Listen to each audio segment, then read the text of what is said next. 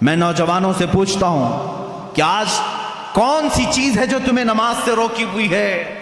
کیا کبھی کسی نے تمہارا کلیجہ نکال کر باہر رکھا؟ کیا کبھی تمہارا کسی نے کان کاٹا، کسی نے ہونٹ کاٹے، کسی نے تمہاری آنکھوں میں سلائیاں پھیری؟ تم تو گرم بستروں پر سو کر کے نماز چھوڑتے ہو۔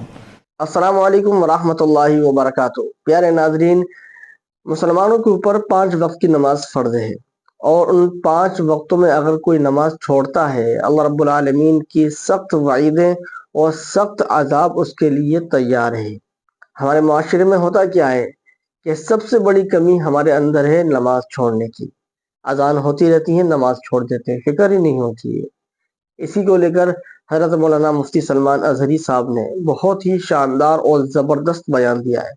تمام لوگوں کو ضرور سننا چاہیے، خاص طور یہ بیان ان لوگوں کو ضرور بھیجیں جن کے کانوں پر اذان کی آواز سے جوں تک نہیں رنگتی ہے اور چھوڑ دیتے ہیں، کوئی فکر ہی نہیں ہوتی ہے۔ تو یہ سب سے پہلے حضرت مولانا مفتی سلمان اظہری صاحب کا یہ بیان سنتے ہیں، اس کے بعد انشاءاللہ بات کریں گے۔ اس طرح سے حضرت عبداللہ ذوالبجادین رضی اللہ تعالیٰ عنہ، ایک صحابی عبداللہ ذوالبجادین، ان کے ساتھ بھی یہی ہوا۔ یہ نوجوان تھے، حسین و جمیل تھے، اور جب یہ نکلنے لگے تو ان کے ساتھ بھی ایسا ہی ہوا کہ ان کو ان کے ماں باپ نے، ان کے گھر والوں نے اتنا مارا، ان کے جسم سے کپڑے نکال دیے، اور یہ میرے آقا صلی اللہ تعالیٰ علیہ وسلم کی بارگاہ میں پہنچے۔ اللہ کے نبی صلی اللہ تعالیٰ علیہ وسلم نے اپنی چادر عنایت کی اور اسی میں وہ زندگی گزارتے رہے۔ حضرت عبداللہ ذوالبجادین، بجادین، بجاد کہتے ہیں چادر کو، 2 چادریں پہن کر کے وہ پوری زندگی گزارتے رہے، پوری زندگی بھر، یہاں تک کہ مقام تبوک آیا۔ جب جنگ تبوک ہونے لگی، عبداللہ ذوالبجادین کہنے لگے، یا رسول اللہ صلی اللہ علیہ وسلم، صرف میرے لیے دعا کریں، اللہ مجھے شہادت کی موت عطا کرے، بس میری ایک ہی خواہش ہے۔ میرے آقا صلی اللہ علیہ وسلم نے فرمایا، عبداللہ اگر اب تیری راستے میں بھی موت آئے تو تجھے شہید ہی کہا جائے گا، تجھے شہادت کی موت ہوگی۔ ہوا ایسی ہی، تبوک کے راستے میں جب گئے ان کو تیز بخار آیا، حضرت عبداللہ ذوالبجادین کو۔ اسی رات حضرت عبداللہ ذوالبجادین کی بخار کی گرمی اتنی بڑی کہ میرے آقا صلی اللہ تعالیٰ علیہ وسلم سفر میں ہیں، سفر کی حالت میں میرے آقا ان کے پاس آئے، ان کا سر لے کر کے اپنی گود میں رکھا۔ یہ عبداللہ ذوالبجادین ہے۔ وہ کہتے ہیں، یا رسول اللہ صلی اللہ علیہ وسلم، مجھے ایسا لگتا ہے میری زندگی کی لمحات کم ہو گئے، مگر یہ سر رکھنے کے لمحات طویل ہو جاتے تو کیا اچھا ہوتا۔ اللہ کے نبی صلی اللہ علیہ وسلم ان کا سر اپنے زانوں پر رکھے ہیں، اور اسی اثنا میں وہ میرے آقا کے چہرے کو دیکھتے رہے، ان کی روح نکل گئی۔ حضرت ابو بکر اس میں تھے، حضرت عمر تھے وہاں پر، حضرت عباس تھے۔ یہ صحابہ دیکھ کر رشک کرنے لگے۔ عبداللہ ذوالبجادین یہ واحد صحابی ہے جس نے حضور کی گود میں دم توڑا ہے۔ میرے آقا صلی اللہ تعالیٰ علیہ وسلم کے زانو اقدس پر اتنا ہی نہیں، رسول کریم صلی اللہ تعالیٰ علیہ وسلم نے فرمایا، اس کو کفن کوئی اور نہیں دے گا، میں دوں گا۔ اللہ کے نبی صلی اللہ تعالیٰ علیہ وسلم نے اپنا لباس، اپنا تہبند اور اپنی چادر نکالی، اور انہی 2 چادروں میں عبداللہ کو کفنایا، اور کہا، جب یہ میرے پاس آیا تھا تو اس کے گھر والوں نے کپڑے چھینے تھے، آج میں اسے کپڑے پہناتا ہوں۔ اور اسی کفن میں جب ملبوس کیا، اللہ کے نبی صلی اللہ تعالیٰ علیہ وسلم قبر پاک میں خود اترے اور اپنے سینے سے ان کو لگا کر نیچے اتارا۔ یہ عبداللہ ذوالبجادین رضی اللہ تعالیٰ، اس وقت صحابہ رشک کر رہے تھے۔ حضرت عمر کہتے ہیں، کاش اس وقت میری موت ہوئی ہوتی۔ اللہ کے نبی صلی اللہ تعالیٰ علیہ وسلم نے ان کو جس انداز میں قبر پاک میں اتارا، عزیزان گرامی، 1-2 صحابی نہیں ہیں جنہوں نے اس راستے پر مشقتیں اٹھائی، محنتیں کی، اور اتنی مشقتیں، اللہ کی پناہ، اتنی مشقتیں۔ ایک صحابی حضرت خبیب، اللہ اکبر، ان کا تذکرہ آتا ہے رونگٹے کھڑے ہو جاتے ہیں۔ حضور اکرم صلی اللہ تعالیٰ علیہ وسلم نے 3 صحابہ کو ایک مہم پر بھیجا تھا، یہ تینوں گرفتار ہو گئے۔ 10 صحابہ تھے اس میں سے، ان میں سے یہ 3 گرفتار ہوئے، اس میں حضرت خبیب بھی تھے۔ یہ مکہ والوں نے ہی انہیں گرفتار کیا تھا۔ گرفتار کرنے کے بعد ان کو ایک جگہ قید میں رکھا، کتنے دن تک؟ تقریباً 10 دن تک قید میں رکھا۔ کھانا نہیں دیتے تھے، پانی نہیں دیتے تھے، ہم کربلا کے واقعات سنتے ہیں میرے عزیزوں، صحابہ کے یہ جانثاریاں کیوں نہیں سنتے جن کے ساتھ سخت ترین اذیتیں اس زمانے کے ظالموں نے کی؟ حضرت خبیب کو 10 دن کے بعد نکالا، دعوت عام ہوئی، مکہ والے جمع ہوئے، حضرت خبیب کو انہوں نے آخری دن سولی پر چڑھانے کا طے کر لیا تھا، سولی تیار کی گئی، لیکن کافروں نے اتنا ہی نہیں کیا، حضرت خبیب کو اس کھوٹے پر باندھا گیا جس پر سولی دینی تھی، باندھ کر کے سب سے پہلے ان کے ناخنوں کو پکڑ سے نکالا، کھینچا۔ ایک ناخن کو اگر پکڑ سے کوئی کھینچے تو اس کی اذیت کیا ہوتی ہے، مسئلہ کیا ان کے جسم کا، ان کے کان کاٹے، ان کی آنکھ میں سلائیاں پھیرتیں، لوہے کی گرم سلائیاں ان کی آنکھوں میں پھیری، ناک کاٹ دی گئی، ہونٹ کاٹے گئے، یہاں تک کہ ایک ظالم قریب میں آ کر کے ان کے پیٹ میں ایسا نیزہ مارا کہ جس سے ان کا کلیجہ دکھنے لگا، پیٹ کے باہر کلیجہ لٹکنے لگا، اس حد تک ان کو اذیت دی گئی۔ سولی پر ابھی نہیں چڑھایا گیا تھا، اس وقت ایک مجمع جمع تھا حضرت خبیب کو مارنے کے لیے۔ کسی نے کہا اے خبیب کاش تیری جگہ محمد ہوتے، سب کٹ گیا ہے۔ جلال میں آتے ہیں کہتے ہیں ظالموں تم کہتے ہو میری جگہ محمد تھے، میرے جسم کے ٹکڑے ہو جائیں میں ان کے قدموں میں کانٹا چبھنا بھی گوارا نہیں کروں گا، میں نہیں دیکھ سکتا کہ میرے نبی کے تلووں میں کانٹا بھی چبھ جائے، لو میرے جسم کے اور ٹکڑے لو۔ انہی کٹے ہونٹوں کے ساتھ بولنے لگے۔ ایک عورت آئی، کہا ہے مکہ والوں ہمارا نظام تو ہے کسی کو قتل کرتے ہیں تو آخری خواہش پوچھتے ہیں، جب کسی کو پھانسی دیتے ہیں تو اس کی آخری خواہش پوچھتے ہیں، اس نیم کو اس روایت کو مت توڑو، اگرچہ یہ دین چھوڑے ہوئے لوگ ہیں ان کی بھی آخری خواہش پوچھ لو۔ لوگوں نے کہا کیا ہے تمہاری آخری خواہش؟ حضرت خبیب کہتے ہیں میری رسیاں کھول دو، 2 رکعت نماز پڑھنا چاہتا ہوں۔ یہ وہ صحابہ ہیں کہتے ہیں رسیاں کھول دو، میں 2 رکعت نماز ادا کرنا چاہتا ہوں۔ کھول دیا گیا، اسی حالت میں وہ نماز ادا کی، سب جسم کے ٹکڑے ان کی کر دیے جا چکے تھے، جلدی سے سلام پھیر لیا، بہت مختصر نماز پڑھی، پھر جب سولی پر چڑھائے جانے لگے تو کسی نے کہا خبیب تم چاہتے تو لمبے سجدے کر لیتے ہیں، چاہتے تو بڑی نماز پڑھتے، کیونکہ تمہاری آخری خواہش ہے، مکہ والوں کا نیم ہے اس کو پورا کرتے ہیں۔ حضرت خبیب نے کہا اے ظالموں میں نے اس لیے جلدی نماز پڑھی کہیں تم یہ نہ سوچ لو کہ موت کے ڈر سے نماز لمبی کیا ہے، موت کے ڈر سے میں نے نماز لمبی نہیں کی، مجھے تو شہادت کا شوق ہے، میں جلد سے جلد جام شہادت پینا چاہتا ہوں۔ حضرت خبیب کو سولی پر چڑھایا کافروں نے۔ کیا ہم میں سے کسی کے ساتھ یہ مظالم ہوئے ہیں آج؟ میں نوجوانوں سے پوچھتا ہوں کہ آج کون سی چیز ہے جو تمہیں نماز سے روکی ہوئی ہے؟ کیا کبھی کسی نے تمہارا کلیجہ نکال کر باہر رکھا؟ کیا کبھی تمہارا کسی نے کان کاٹا، کسی نے ہونٹ کاٹے، کسی نے تمہاری آنکھوں میں سلائیاں پھیری؟ تم تو گرم بستروں پر سو کر کے نماز چھوڑتے ہو، مؤذن صدائیں دیتا رہتا ہے، باوجود تمہیں آواز آنے کے تم مسجد کی طرف آنا نہیں چاہتے۔ آج لوگوں کی سستی اور کاہلی یہاں تک لے آئی ہے، میرا مولا دن میں تمہیں 10 مرتبہ یہ آواز دیتا ہے حی علی الفلاح، کامیابی کی طرف آ جاؤ، تم میں سے کوئی اس کی طرف کان نہیں دھرنا چاہتا۔ یاد رکھنا قیامت کے دن یہ سب صحابہ بھی میرے نبی کی فہرست، میرے نبی کی جماعت میں ہوں گے، اور اس وقت ہم کیا چہرہ لے کر کے ان کے سامنے کھڑے رہیں گے۔ اگر ہم سے سوال ہو، ہم سولی پر چڑھ کر کے بھی نماز نہیں چھوڑنا چاہتے، ہماری آخری خواہش پوچھی جاتی تو ہم سجدہ پسند کرتے۔ اے بندے تجھے کیا ہوا تھا؟ تجھے اللہ نے اچھی صحت بھی دی تھی، تجھے طاقت بھی دی تھی، دولت بھی دی تھی اور آزادی بھی دیا تھا، یہاں تمہارے سروں پر تلواریں نہیں ناچ رہی ہیں کہ تمہیں نماز سے روکا گیا ہو، اس کے باوجود تم خوشی خوشی نماز چھوڑتے تھے، تم چاہ کر کے نماز چھوڑتے تھے۔ ان صحابہ کو جواب دینے کے لیے کسی کے پاس آج ہمارے پاس ہے تیاری؟ اگر نہیں ہے تو میرے عزیزو نمازوں کی طرف توجہ کرو۔ یہ وہ صحابہ ہیں رضوان اللہ تعالیٰ علیہ مجمعین جن کے واقعات پڑھتے پڑھتے ہمارے جسم کے رونگٹے کھڑے ہو جاتے ہیں، ہمارے جسم کی کپ کپی چھوٹ جاتی ہے۔ انہوں نے کسی موقع پر بھی دین کو نہیں بیچا۔ ایک جوان صحابی عبداللہ بن حذافہ